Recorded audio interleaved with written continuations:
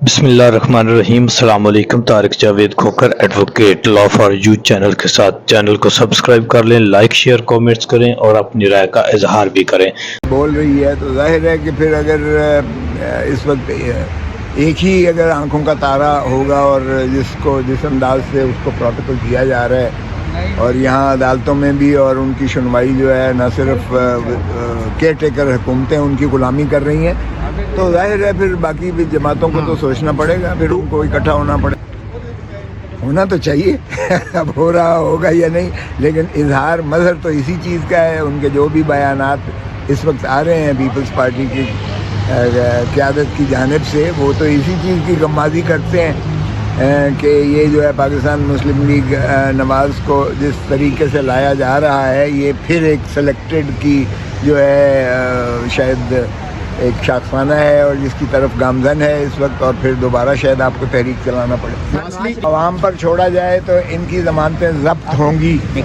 اور اگر سلیکٹڈ آپ نے کرنا ہے تو پھر سلیکٹڈ میں کچھ بھی ہو سکتا ہے۔ اگر ہم نے اسی طرح اپنے قائدین کو، بھٹو کو ہم نے شہید کر دیا، رانی شہید بے نظیر بھٹو کو ہم نے شہید کر دیا، اور کیا عمران خان کو بھی ہم پھر وہی جو ہے تابعداری اور غلامی کرتے ہوئے تقلید کرنے جا رہے ہیں؟ تو میں نے یہی عرض کیا کہ خدا را دیکھیے، قوم ہمیشہ آپ سے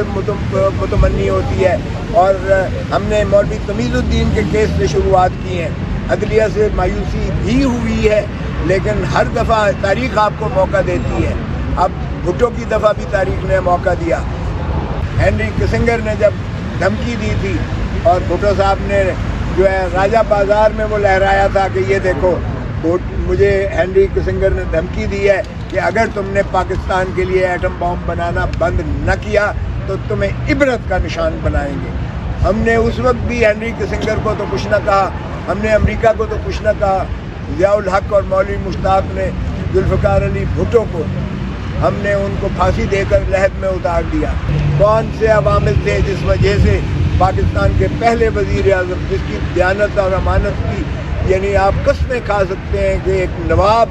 جو ہندوستان میں ساری جائیداد اور جاگیر چھوڑ کر آیا تھا، جب مرا ہے تو بنین اس کی پھٹی ہوئی تھی، اور اسے سینکڑوں دفعہ کہا گیا کہ آپ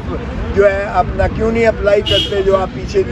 جاگیریں چھوڑ کر آئے ہیں؟ تو انہوں نے کہا جب تک ایک بھی شخص جو مہاجر ہو کر آیا ہے اس کو کلیم نہیں مل جاتا میں اپلائی نہیں کروں گا، اور انہوں نے اپنی ساری جائیداد جو ہے وہ ایک ڈھیلا نہیں اپلائی کیا، اور دیانت کا یہ عالم تھا کہ ان کی بنیاد پھٹی ہوئی تھی جب وہ مرے ہیں۔